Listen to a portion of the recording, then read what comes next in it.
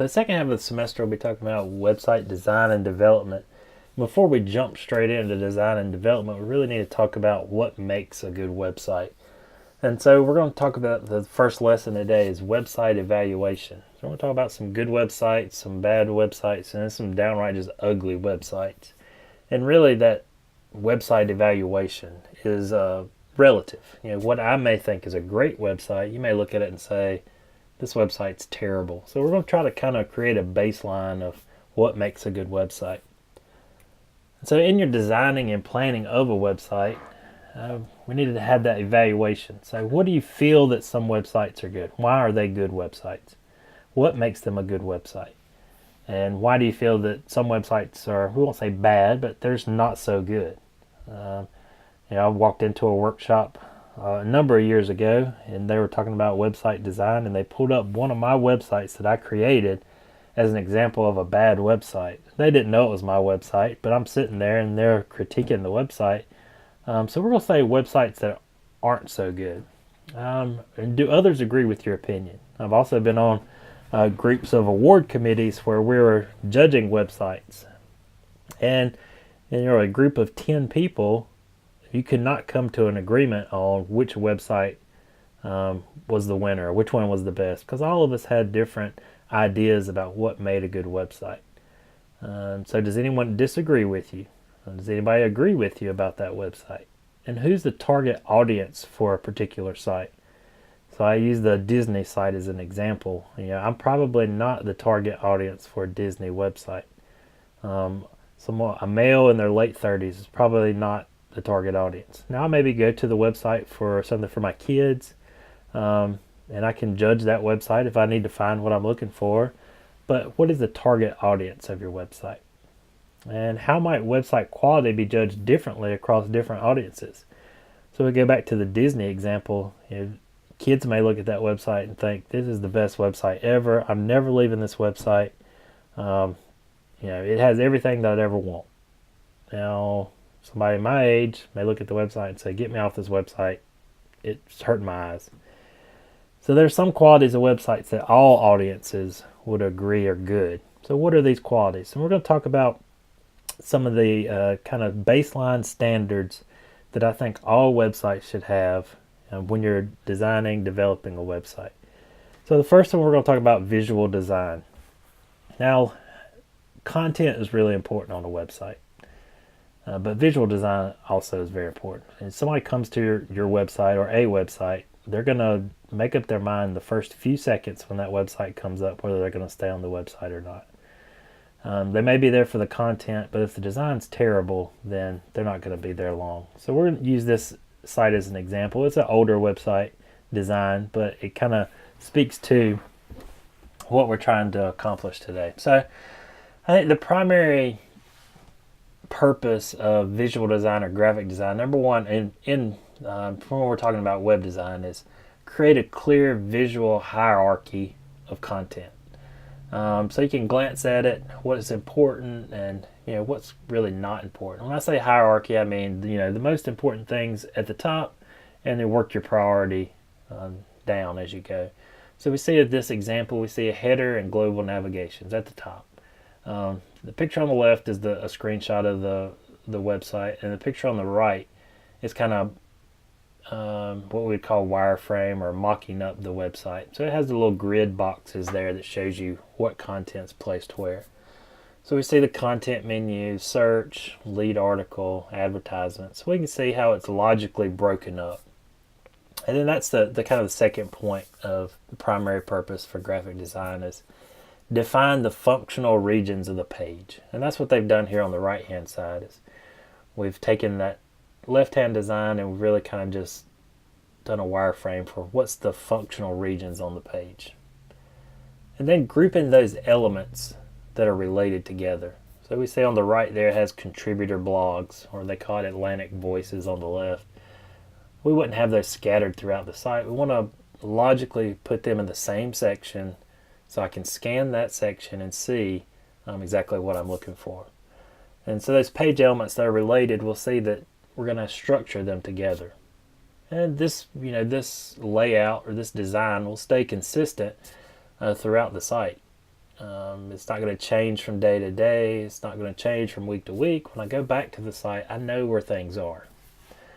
And that leads us to our second one, consistency. And here's an example of a college website. And we see their top header there. It's consistent throughout the site. I know I can get back to the home page probably by clicking on Hiram College logo, and my header up there at the top stays with me throughout the site. I can apply, I can go to academics, I can go to future students. It follows me throughout the site, so I can pretty much get anywhere on the site just by clicking through that header.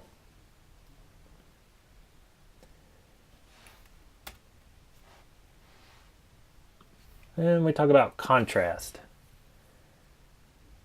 So another primary task of graphic design or visual design is creating a strong, consistent visual hierarchy. And we talked about hierarchy just being priority there in the elements and what's emphasized. So if we look here, we see the kind of the visual scanning of a page. And I said earlier that somebody's going to make that decision whether to stay on the page in the first few seconds. So when I'm looking at on the left, this is what my eye first sees. I'm not reading the headline, I'm not reading the text, but I know that there's a visual difference between the heading because I see the blue block, I see the gray block. And then I see a finer scanning. I see that there are words there and they're separated. And then when I start actually reading, I can say, I know this is the headline, I know this is the body text. So it's really creating that visual contrast between the header and the text. And we see an example here with one of these websites. This is, like I said, this is an older website, but as soon as you see this website, you kind of know what's going on. And we see that visual contrast being used by the green and the blue, the different colors there. We see the tabs, we see the headings, but everything is visually separated. Before I even start reading the website, my eye knows where to go to read the next information. And if we look at another example here, we're contrasting typography or the text. And see, always the optimal color typography contrast there is black on white or white on black. And we see that in the first slide on the very top here. And then you can see some other examples here that don't work so well.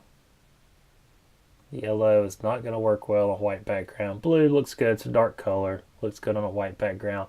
Gradients, sometimes they work at the top, and then as the gradient gets lighter, it doesn't work. Never do green on red or red on green because it hurts your eyes. You've probably been to websites where it just felt like your eyes were going to pop out because you're trying to read the text. And then we talk about white space. White space or negative space is really important in any kind of design, especially in web design. And we see some examples here for the outer wrapper of a website. Over on the left-hand side, we see the green with the green header. We see that the page is not stretched all the way to the edge of the browser, which gives you that space or negative space around the outside, so you're not having to scan the entire page, which wasn't an issue a while ago when the monitors were smaller. You didn't have to worry about reading text from a 27-inch monitor. You were on a small monitor, so your head didn't have to scan that far. Now, I'm looking on a 27-inch monitor right now. If the browser window went from the left-hand side of the screen to the right-hand side of the screen, and the text went all the way across, and somebody's like you're sitting there nodding your head, watching a ping pong game, something, you want to use that white space to your advantage. You also want to use the white space around to give you that margin, that padding, so that you don't feel like words are all jumbled together. You're really using that padding. So always use white space. And one of my favorites is simplicity. And this is one of the most highly trafficked web pages out there. Is simple. You know what website you're on. It's Google. You have a search box. You have 2 buttons. It's nothing fancy. It's nothing complex. It's just a search box. So always err on the side of simplicity when possible. And now I want to show you a couple of websites Some of these have won awards. We can kind of look at them and visually critique these websites. Now, Mazda USA, you can imagine what their budget is for creating a website. It's probably in the hundreds of thousands of dollars. But we look at their site.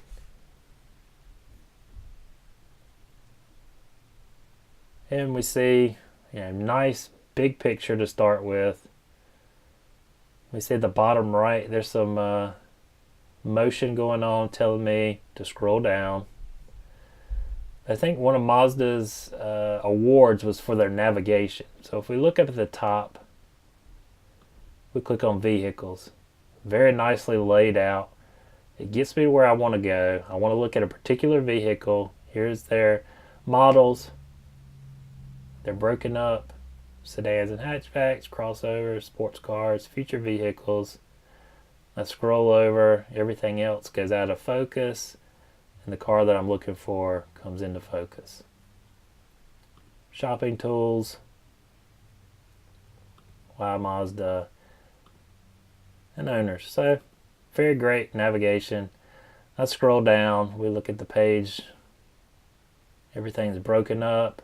Great white space here. Easy to read.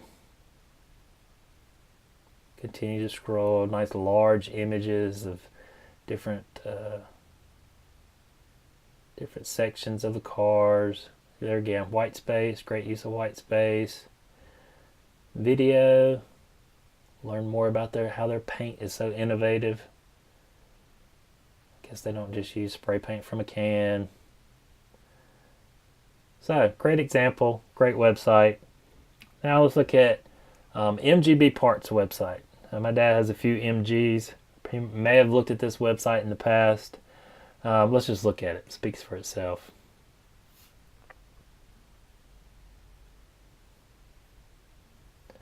Alright, so no doubt, maybe this website, they sell great parts. If I look at it here, it takes me to this website. Yeah, I don't even know where to go on this website. You go to the website and your eye gets pulled in about 50 different directions. So we have our buttons over here on the left. There goes that red on green. The car's green, the text is red. There's so much as soon as you go to the website. You don't really know what to go to. As we scroll down, it's just so much content. Bad use of negative space or white space. They give you so many options, you don't know what to click on. Down here, I don't know if this shows up on your screen, but this red text, this gray background is just hurts your eyes. 68,884 people have looked at this website. So that takes us to our assignment. So I'm going to give you a couple of websites, and they'll be in the email and on the website for you to look at and critique. So what makes this a good website? What is basically what we just went through with the Mazda website and the MG website. Just make some notes about what makes it a good website, maybe what you didn't like, that sort of thing. And then I want you to choose two of your own websites. This could be whatever website that you choose to critique as well. They could be a good website and a bad website, or it could be just two websites that you visit often. So that'll be your assignment, and I look forward to seeing your critiques. I'll probably share them next week with the class, just so we can look at some of the other websites that you've used as an examples. If you have any questions, let me know. Thanks.